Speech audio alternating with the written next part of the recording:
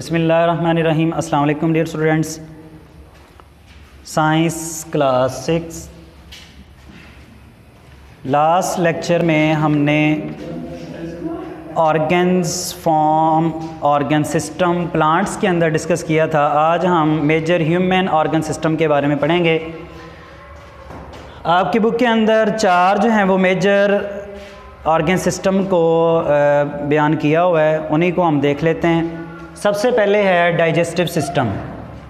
Digestive system जिसे हम निज़ामे इन्हिज़ाम भी कहते हैं, और इसके अंदर कौन कौन से ऑर्गन्स जो हैं वो शामिल हैं। सबसे पहले इसके अंदर माउथ, सेकंड इसके अंदर फूड पाइप जिसे खुराकी नाली कहते हैं, नंबर 3 पे है इसके अंदर स्टोमक, मैदा, और इसके बाद इंटेस्टाइन।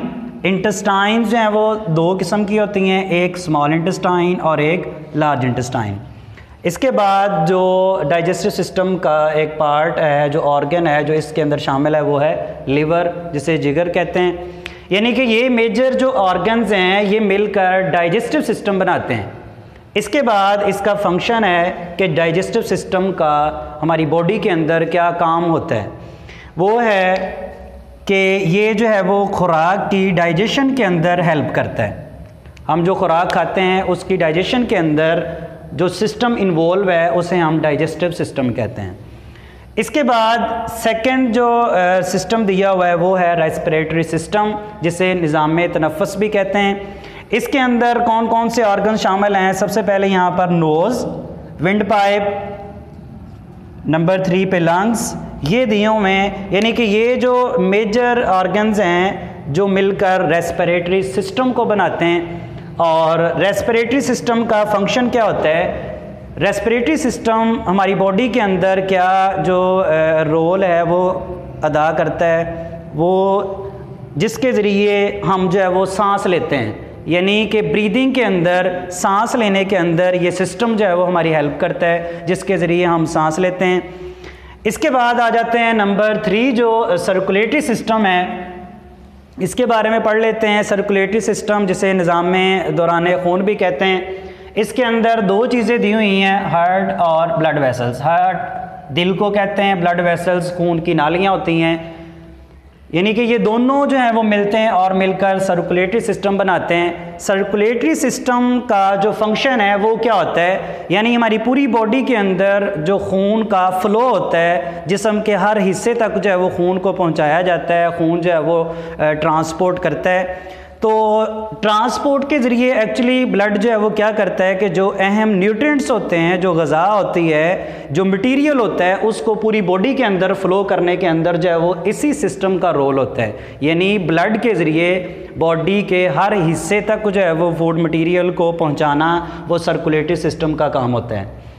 इसके बाद जो लास्ट और नंबर 4 पे जो सिस्टम दिया हुआ है वो है नर्वस सिस्टम।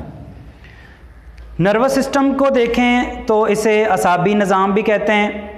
नर्वस सिस्टम के अंदर यहाँ पर कौन कौन से जो स्ट्रक्चर हैं जो इन्वॉल्व हैं, जो कि मिलकर नर्वस सिस्टम बनाते हैं। तो इसके अंदर सबसे पहले जो है वो ब्रेन, ठीक है, जिसे हम दिमाग कहते हैं उर्दू में, और सेकंड जो है वो इसके अंदर स्पाइनल कॉर्ड है जिसे हराम मगज़ कहते हैं, और नंबर 3 पे नर्व्स।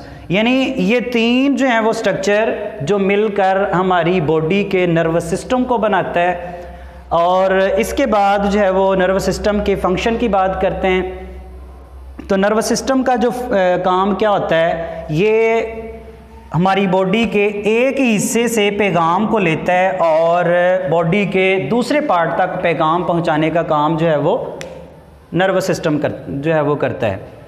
नर्वस सिस्टम के अंदर आपकी बुक के ऊपर दिया हुआ है कि ये क्या करता है, it carries messages from one part of the body to other. यानी कि अगर हमारे हैंड के ऊपर कोई चीज़ यहाँ पर हम टच करते हैं तो हमारे जो है वो ब्रेन तक हमें कैसे फील होता है। तो यानी ये जो पूरा जो नर्व्स का सिस्टम हमारी बॉडी के अंदर फैला हुआ है, तो उसी के ज़रिए जो है वो पैगाम हमारे ब्रेन तक जाता है जो हमें फील होता है। यानी इसका काम क्या होगा कि बॉडी से के एक पार्ट से पैगाम को लेकर दूसरे हिस्से तक जो है वो जाना वो नर्व सिस्टम का काम होता है। तो ये जो आपके मेजर ह्यूमन ऑर्गन सिस्टम दिया हुआ है, ये लॉन्ग क्वेश्चन के तौर पर भी आ सकता है, तो आपने इसको प्रिपेयर करना है। ओके, अल्लाह हाफिज़।